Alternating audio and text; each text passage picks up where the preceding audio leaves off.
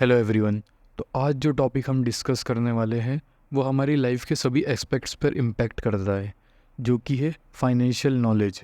आप ये समझोगे कि यार फाइनेंशियल नॉलेज क्यों इतना ज़रूरी है, क्यों हमें फाइनेंस का एक अच्छी अंडरस्टैंडिंग होना चाहिए, ताकि हम हमारी लाइफ को, हमें जब हर जगह फाइनेंस की ज़रूरत पड़ रही है तो हम क्यों ना इसको अच्छे से समझें।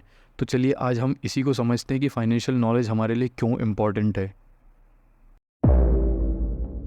जब आप फाइनेंस की बात करते हो ना, तो फर्स्ट एंड फॉरमोस्ट जो फाइनेंशियल नॉलेज आपको प्रोवाइड करता है वो आपको ऐसे टूल्स प्रोवाइड कर देता है जिससे कि आप फाइनेंशियल सिक्योरिटी अचीव कर सको।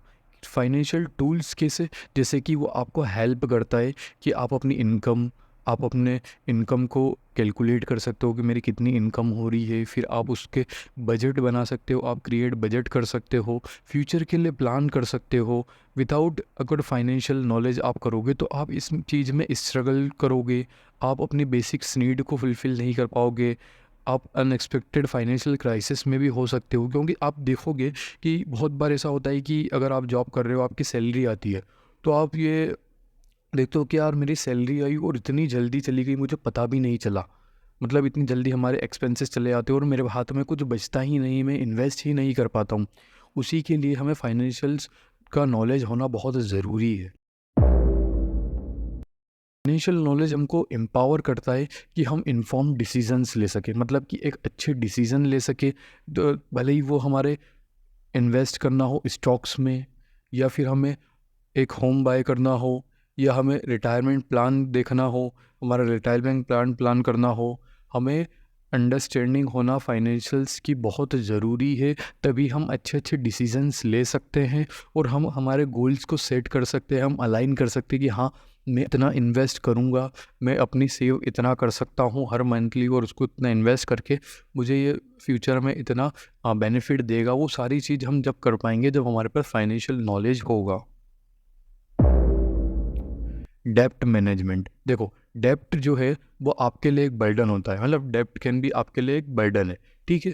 पर फाइनेंशियल नॉलेज जो है आपको हेल्प करता है अंडरस्टैंडिंग करने में कि यार इंटरेस्ट रेट्स क्या होते हैं, रीपेमेंट स्ट्रेटजीज क्या होती है, डेप्ट कंसोलिडेशन ऑप्शन क्या होता है। जैसे डेप्ट कंसोलिडेशन ऑप्शंस में क्या होता है कि आपके पास जब मल्टीपल लोन से, मतलब मल्टीपल डेप्ट अगर आप देखे हो, तो डेप्ट कंसोलिडेशन में आप एक अलग लोन लेते हो या उससे आप बाकी सारे जो मल्टीपल लोन्स हैं उनको पे ऑफ करते हो, जिससे कि आप बाकी सारों को ख़त्म करके वहाँ पे आपका जो इंटरेस्ट रेट लग रहा है वो उसको कम करके आप इसको डेप्ट कंसोलिडेशन जो मेन लोन है इसमें कन्वर्ट कर देते हो। तो ये आपको मैनेज करने के लिए, आपको एलिमिनेट करने के लिए अपने डेप्ट को, आपको फाइनेंशियल स्ट्रेस से दूर करने के लिए एक और बार आपको फाइनेंशियल्स का नॉलेज होना, फाइनेंशियल अंडरस्टैंडिंग होना बहुत ज़रूरी है। एंटरप्रेन्योरशिप, इनोवेशन, देखो जितने भी लोग हैं जिनको एंटरप्रेन्योर्स बनना है या जो एंटरप्रेन्योरशिप कर रहे हैं, आपके लिए फाइनेंशियल नॉलेज बहुत क्रूशियल है। देखो ये आपको हेल्प करता है बजटिंग करने में, फाइनेंशियल फोरकास्टिंग करने में, आपके जो फंड्स है उसको सिक्योर करने में। तो ये आपके लिए बहुत जरूरी, बजटिंग आप करोगे तो आपको ये बेनिफिट होगा कि आप अपने बजट से ये अंडरस्टैंड कर पाओगे कि यार हाँ, मेरा इतना एक्सपेंस जा रहा था, मुझे ये इतना बचाना है, मुझे ये मेरे यहाँ पे एक इनकम आ रही इतना, इससे मुझे मिल रहा है। तो आप एक बजट बना रहे हो, आप फ्यूचर के लिए एक फाइनेंस फोरकास्टिंग कर रहे हो कि यार हाँ, मुझे इतना इतना एक्सपेंस लग रहा है तो फ्यूचर में इतना इतना हो जाएगा, और ये सारी, तो इस तरीके से ये सारी चीज़ों को भी हमें, जब जब आपके पास फाइनेंशियल अंडरस्टैंडिंग होगी ना, तो जितनी जल्दी आप फाइनेंशियल्स के प्रिंसिपल समझते जाओगे, आपको और अच्छे इनोवेटिव बिजनेस आइडियाज़ भी आते जाएंगे, आपके दिमाग में और अच्छी स्ट्रेटजीज आएगी कि यार मैं इस फंड को, या इस, मतलब जो मेरे पास एक इनकम आ रही है, इसको मैं किस तरीके से और यूज़ कर सकता हूँ जिससे मेरी और बेनिफिट हो।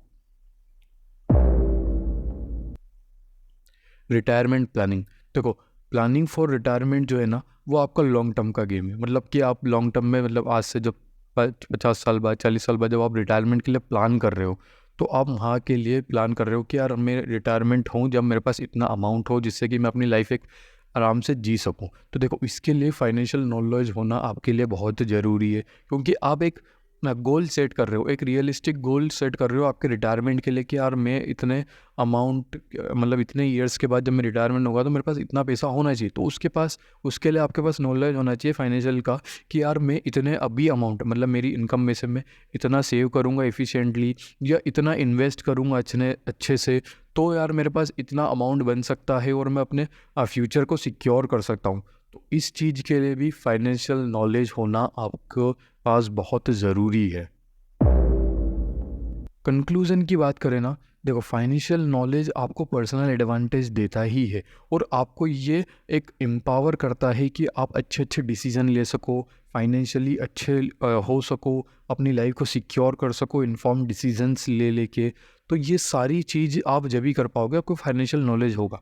तो आपको फाइनेंशियल नॉलेज समझना आज के टाइम में तो बहुत ज़रूरी है। और लास्ट वीडियो जो हमने बनाई थी उसमें भी हमने यही डिस्कस करा था कि स्किल्स आपके लिए क्यों इंपॉर्टेंट है। उसमें भी मैंने आपको बोला था कि फाइनेंशियल नॉलेज आपके पास होना, जो एंटरप्रेन्योर्स है, जो भी लोग हैं, फाइनेंशियल नॉलेज होना आपके पास अच्छी बात है, आपके पास होना चाहिए और आज के टाइम में होना ही चाहिए। हमें कंटिन्यू लर्न करके ग्रो करना पड़ेगा फाइनेंशियल नॉलेज में, और हमें और लोगों के साथ भी हमारे नॉलेज को बढ़ाना पड़ेगा। तो हम साथ में मिलके एक फाइनेंशियली एम्पावर्ड फ्यूचर बना सकते हैं।